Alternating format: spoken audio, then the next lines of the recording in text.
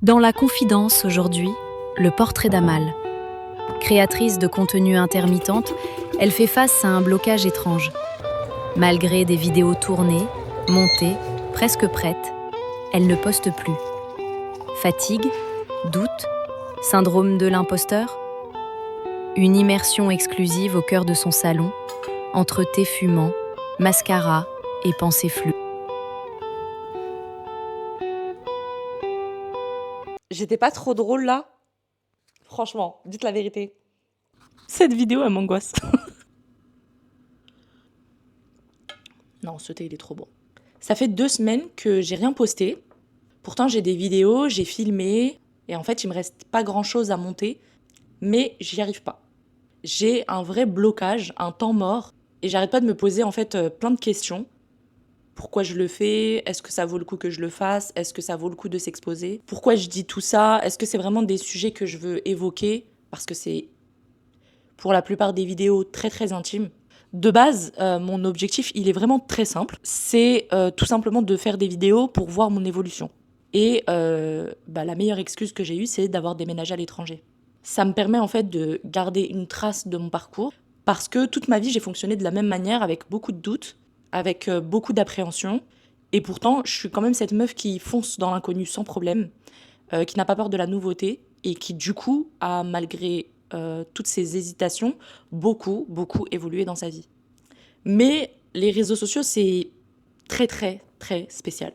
En fait, comme tu parles à des gens que tu connais pas, t'essayes de cibler un certain public, mais tu sais pas vraiment sur qui tu vas tomber finalement. Tu peux du coup jamais savoir comment tu vas être perçu.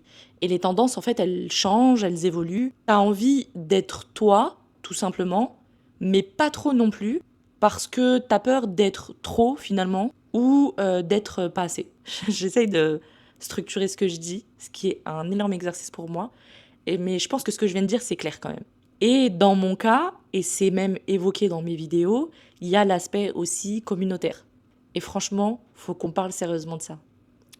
Les femmes maghrébines sur les réseaux sociaux, je pense que si je dis juste cette phrase-là, dans votre tête, vous visualisez déjà les choses. Elles sont traitées avec une violence, ça me choque en fait. Je trouve ça tellement douloureux de voir comment elles sont traitées. C'est catastrophique. Je vais prendre des exemples, je ne sais pas si c'est de bons exemples, parce qu'il y a plein d'autres influenceurs, mais dans tous les cas, même quelqu'un qui n'a pas eu autant d'engagement, d'agression, de violence sur son contenu, je sais que même une influenceuse maghrébine qui n'a pas autant de bad buzz, je suis persuadée qu'elle reçoit quand même des choses, et je suis sûre que si je fouille dans leurs commentaires, je vais trouver le commentaire de quelqu'un qui va se permettre un certain jugement et un certain propos parce qu'elle est de cette communauté. Mais je vais quand même utiliser ces exemples-là parce que c'est les plus visibles. Donc vraiment, on a le cas des influenceuses comme Poupette.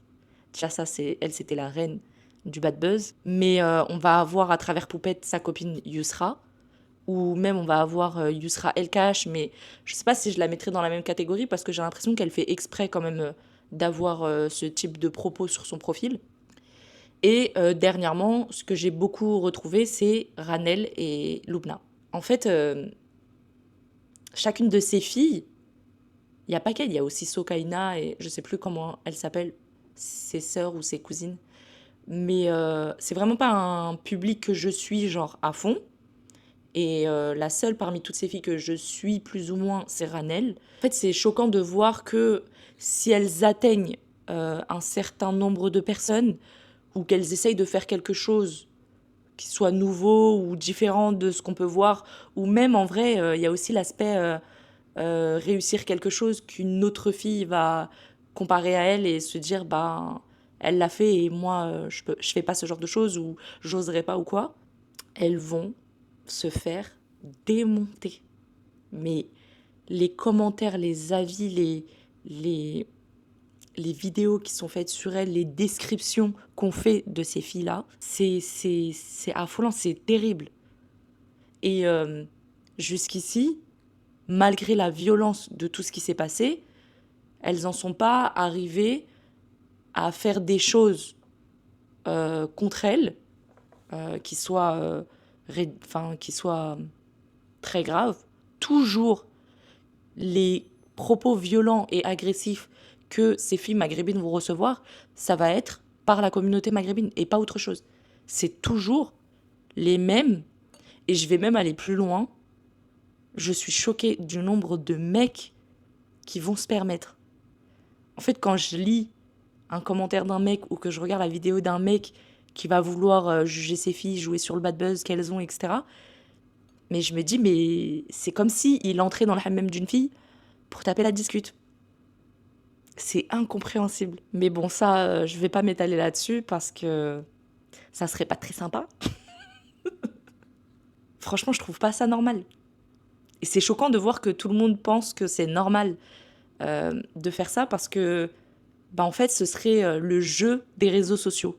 C'est si tu t'avises, si tu prends le risque d'être visible sur les réseaux sociaux, de publier du contenu ou d'être une personne publique, tu dois assumer la responsabilité de ce qu'on va vouloir te faire, de toutes les agressions que tu vas subir. Et moi, je trouve qu'il n'y a pas de débat, c'est pas normal. Ça ne devrait pas exister. Pour moi, je suis persuadée que 90% des commentaires qui sont faits ou des vidéos qui sont faites sur ces personnes-là et qui sont très violents, je trouve, je suis persuadée que tu peux déposer plainte pour ça, en fait. Je suis persuadée que tu peux aller au tribunal pour ce qui est dit. On a trop normalisé ce qui se passe. Ça a beau être que sur les réseaux sociaux, que à travers un écran qu'on peut éteindre, mais moi, je suis pas d'accord. Pour moi, c'est une agression comme quand on vient physiquement face à toi, venir t'insulter en face, en fait. Venir t'insulter comme ça. On a vraiment intégré ça comme si c'était OK et c'est pas le cas. Je suis pas du tout quelqu'un de connu, mais le simple fait d'imaginer que quelqu'un d'inconnu regarde mes vidéos, commente ou va parler de moi avec quelqu'un d'autre sans même que je sois au courant, en vrai, ça me freine à mort. C'est des jugements qui peuvent être faits sur les seuls éléments que tu partages, et on sait très bien que ce qui est partagé sur les réseaux sociaux, c'est même pas un quart de ce qui se passe dans la vie des gens. Et je pense que même si mon contenu, il a rien d'extraordinaire et ça mériterait pas de tomber dans une sauce bizarre, que c'est juste de la communication que j'ai envie d'avoir et un partage personnel, etc., je suis totalement consciente que ça pourrait arriver comme ça, sur un truc, sur un malentendu ou sur un petit détail auquel toi, t'aurais pas prêté attention. Malgré ça, je reviens, je fais cette vidéo, du coup, qui sera postée aujourd'hui, hein, et je vais quand même monter mes autres vidéos et continuer de poster. Et d'ailleurs, j'ai même préparé des petits projets un peu plus gros que je vais filmer, monter et poster aussi. Parce que dans tous les cas, ça m'empêche pas de continuer de scroller, de continuer d'être sur les réseaux sociaux en tant que consommatrice. Donc il n'y a pas de raison que je continue pas aussi de créer. Parce que sinon, en vrai, c'est du gâchis de pas le faire, quoi. Je pense que c'est mieux d'être quelqu'un qui crée si je passe autant de temps sur les réseaux que d'être quelqu'un qui passe sa vie juste à scroller. En fait, ça gâche la vie, je pense. Si je devais arrêter de créer du contenu, je voudrais aussi arrêter d'en consommer. Parce que je passe vraiment beaucoup trop de temps dessus. Sur les 2 vidéos que j'ai postées il y a un mois, celle de la surconsommation et celle du voyage que j'ai fait, j'ai eu 2 retours et j'ai carrément eu des discussions avec ces 2 personnes-là. C'était exactement ce que je voulais en créant cette chaîne. C'est-à-dire que c'était des profils qui me ressemblaient, qui vivent la même chose, mais du coup, on pose pas forcément des mots sur notre procrastination, notre surconsommation, nos peurs de réaliser des choses. Et on en est venu justement à parler de ça, à se donner des petits conseils, à poser des petites questions et juste à engager la discussion. Et ça m'a fait un bien de fou parce que c'est exactement ce que je veux. C'est avoir des retours de personnes qui se disent « Ouais, c'est vrai que moi aussi, je suis comme ça ou je vis ça. » Et ce que tu as partagé, les petits tips pour arriver à changer ça, ou le fait que tu as posé des mots sur ça, ça me permet derrière de réfléchir à potentiellement agir aussi. Et c'est exactement ce que je veux. Genre moi, quand je tombe sur des contenus comme ça qui vont m'inspirer à faire quelque chose de positif pour moi, je kiffe et c'est ça que je consomme de fou. Donc c'est ça que je veux créer aussi. Donc voilà, j'ai décidé de faire cette vidéo. Je me suis dit que ça va me permettre de repartir. J'ai eu un petit temps mort de 2 semaines. Ça va. Ça va. Franchement, ça va. Je vais reprendre doucement, tranquillement. Parce que en vrai, si ce que je dis, ça aide une seule personne à chaque fois, ça pousse quelqu'un à faire quelque chose pour soi, je pense que ça vaut le fait de me dépasser, de traverser mes doutes pour vous apporter ça en fait, pour vous apporter ce bienfait. Et si toi t'es en train de regarder cette vidéo et que ça te fait quelque chose et que ça te pousse à agir aussi, ben go, merci beaucoup. Et n'hésite pas à me parler, parce que en vrai c'est bien d'en discuter ensemble. Je viens de terminer le montage. Et comment vous dire quand j'ai vu comment j'ai clôturé ma vidéo?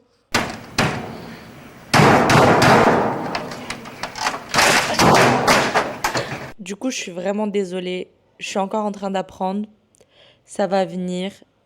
Je vous remercie de m'avoir écouté. Abonnez-vous, likez la vidéo, commentez, écrivez-moi, discutons ensemble et avançons ensemble en fait. Je vous fais des gros bisous. S'il vous plaît, ne me mettez pas dans la sauce.